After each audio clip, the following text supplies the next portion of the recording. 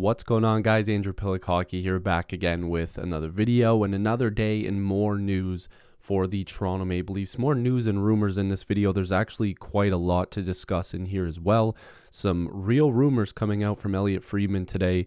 And of course, the Leafs put Dzingel on waivers yesterday, and he was just claimed by the San Jose Sharks. So that means Dzingel's gone. It's kind of hilarious. Pretty much anybody that the Leafs put on waivers are getting claimed. But before we get in any further into this video, I'd really appreciate it if you like this video and subscribe. I know a lot of you have been subscribing, so thank you so much. But it does help me a lot as we get closer to this deadline. You guys know I've been doing this so long when it comes to the Leafs. I've been making rumor videos for years now, so you guys know I'll be continuing to do that. So please do subscribe. It does help me a ton, even liking this video. So please, if you could take a second to do that, I'd really, really appreciate it. So more rumors, more talk. Let's get right into it. This is a lot of fun for me to do as well, so I'm sure you guys will enjoy. But San Jose claiming Dzingel. So basically what this means, if we go over to Earl Schwartz again, go follow Earl Schwartz 27 on Twitter if you want to know a lot of stuff about the salary cap and you know, basically just news about the Leafs and stuff like that when it comes to their cap situation. So Earl tweeted out, the Leafs may never have another player clear waivers again. San Jose claims Dzingel. So this is the cap situation. Seems more likely now the Leafs will use whatever money they have left on a forward, because 20 hours ago, as you can see in the tweet that he quoted, with Dzingel on waivers, this again becomes the two possible outcomes for Toronto's cap space. If Sandin remains in the minors, which he won't, once Dzingel clears or is claimed, which he was claimed, the Leafs have $2.5 million by the trade deadline in accrued cap space. If Sandin is recalled, they have just over $1 million. So Sandin's coming up. He's not going to be in the minors. So technically, the accrued cap space that they could have by the deadline is over $1 million. So with double retention from two teams in a three-team trade, they could get a player in the $3 million range, which is pretty good. You could get a lot of good players in the $3 million range. You can get a defenseman, a forward, whatever. I still think the focus could be on defense, but in this video, I will show you guys why potentially a forward could also be an option for the Toronto Maple Leafs. But there's been more talk and more rumors coming out today, so there's a little bit more that's piled up on top of that. So please follow me, and I'm sure you guys have heard a lot. There's some other great channels that make videos like DTSB and stuff like that. So there's probably some news people are talking about on other channels as well. But now that Dzingel, who was likely one of the Leafs' depth forwards going into the trade deadline and going into the playoffs, now the Leafs kind of have to replace that. Sure, a guy like Nick Robertson, who looks really good for the Marlies, you know, we're going to knock on wood that he stays healthy, you know, a potential Josh Ho-Sang contract, whatever. The Leafs still probably want to upgrade on that and probably want a chance to get even better. But another Twitter account that more often than not tweets out some really, really good stuff when it comes to what's going on, tweeted out some rumors from Elliotte Friedman's 32 Thoughts podcast. So at NHL_watcher tweets out, one of the guys I think Toronto looked at over the last month was Klingberg, of course, the offensive-minded defenseman. I think he was someone they considered, but they didn't do it. Number one, I think the acquisition cost might have been higher. Number two, I think also they look at it and say, we got guys like him. So I'm going to do more of a video on that specific situation, but having guys like him, I'm not really sure if I agree with that, and I'll show you in another video. But I think the closest we have would be a Morgan Riley type towards Klingberg. So then he continues on saying, I still think it's a possibility. I wouldn't want to rank it on a scale of 1 to 10, but I still think there's a possibility that Holl moves or Dermott moves. I don't think Toronto has given up on the possibility of that. Now, that's some pretty big news considering the Leafs are cap compliant right now. They have a lot of defensemen. They have 8 defensemen right now. So sure, it's kind of like, oh, okay, this makes sense. They don't want to sit Liljegren for too long, and I will get to that because some people disagree with my takes on Liljegren, but he's been way better than people are giving him credit for. And, you don't want to sit Dermott too long. You don't want to sit Holl too long. You just got Lyubushkin for that depth. You don't want him to sit for too long. You don't want Sandin, obviously a guy who's been great, sitting too long. You can't sit these guys for extended time, because that, first of all, would diminish any trade value. And you're also not helping these guys develop, especially in the Sandin, Liljegren type of area. You're not really helping them produce or anything like that to be able to build on what they've already done. So if we take a look at this rumor here and take a look at Justin Holl, that $2 million cap hit obviously would help the Leafs if they were able to get another defenseman back. Maybe Holl is part of a package to get a better version of Justin Holl. And I've brought up Mark Pysyk before. I think that he would be a perfect replacement. Would Buffalo be interested in a Holl plus a pick plus maybe a C level prospect? Because I don't think you have to give up too much for Mark Pysyk, because a pick plus a prospect plus Justin Holl seems a little bit steep for a just defensive-minded guy. But again, who knows? The trade prices this year are ridiculous. The Habs still want a first and a third for Ben Sherratt, and I actually think Pysyk is the better choice out of the two of them. Then you have Travis Dermott, who's at $1.5 million. Again, it's like if you're going to be trading for the right side of your blue line, then maybe you need a backup left-handed shot guy, because the Leafs right now on the right side, if they acquire another one, they'll be pretty decent on the right side. So maybe you want Dermott to stick around for that left side of the blue line.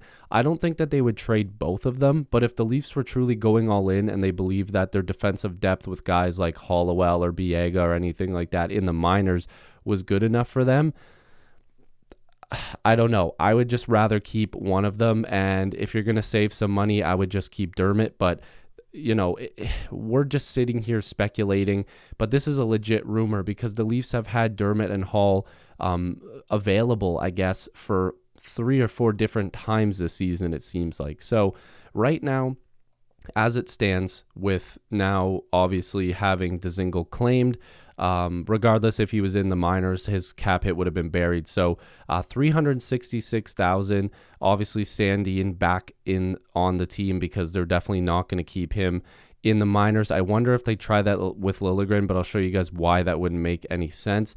But like I said, this having 8 quality NHL defensemen is good. Now, some people might say, well, they're not that great. They're a lot better than a lot of teams' options. Like, you have to watch around the league and look around the league. The Leafs don't have an amazing blue line, but there's some players on here that teams would definitely be interested in. They definitely have some decent pieces here, but I still think they need to solidify that right side. Now, let's say, like I said, if the Leafs traded a guy like Justin Holl, so his $2 million cap hit off of here, the Leafs would have $2.3 million to go out there and get another guy. Now, like I said, a guy like Mark Pysyk would cost you $900,000. Maybe you even try to get them to retain some salary so that way you could get a forward in here. You could definitely do that. Then your extras are Dermott and likely Liljegren or however Lyubushkin plays. You have a solidified defensive guy like Mark Pysyk that can play with Muzzin or Sandin, or have Sandin move up and have Lyubushkin play a little bit, or have Liljegren play a little bit. You have options. You have guys that can be moved around that are going to play good, but you have that guaranteed good defensive style of Mark Pysyk. He's been doing it for a long time, and you would have a solidified guy that can play in those minutes. He's been playing good on a bad Buffalo team. Same thing with Lyubushkin. He's been playing good on a very bad Arizona team. Lyubushkin shouldn't play a ton of minutes, but at least he gives you that depth for defense. He only does one thing. Lyubushkin's not good at anything else, and that's not a diss. He's just good at playing defense. That's it. That's what he's good at. He's not good defending off the rush, playing the puck, anything like that. He's just going to clear the net. He's going to throw some hits because he's physical.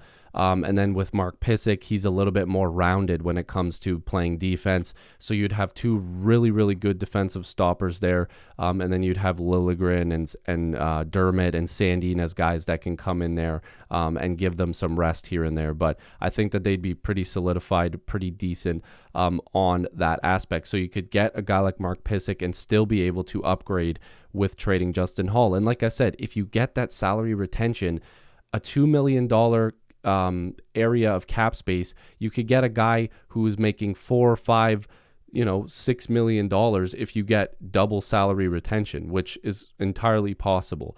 But getting back to Liljegren, so these numbers here, and again, I know people don't like advanced statistics all the time, but this isn't even that like crazy. If you're just looking at the goals for percentage, the goals against per 60, he's playing really, really well.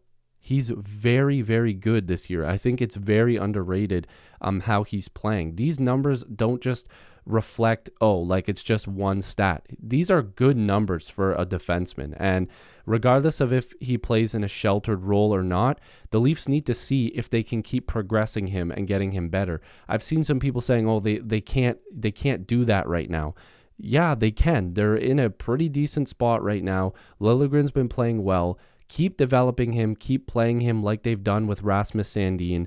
And again, it's like people like, he's already getting to the age where like he should have been progressing by now. He, first of all, is progressing. I'm not sure what people are watching, but did teams give up on Jack Campbell? Because the Kings and the Leafs didn't, and he was not a guy that was expected to be that good after the numbers that he was putting up. He wasn't playing all that well. And then he comes up to the NHL, and now he's an all-star. He was just a backup goaltender. Now he's an all-star. Sure, he's looked a little rough lately, but he's an all-star. You don't give up on those guys. Look at Florida. They didn't give up on Marchment. The Leafs didn't have a place for him. They gave up on him, and look at him now. He's playing incredible. You can't just give up. You can't just keep giving up on guys. You have to play them and see what they've got. Liljegren is too young for people to be giving up on him already, and he's putting up good numbers.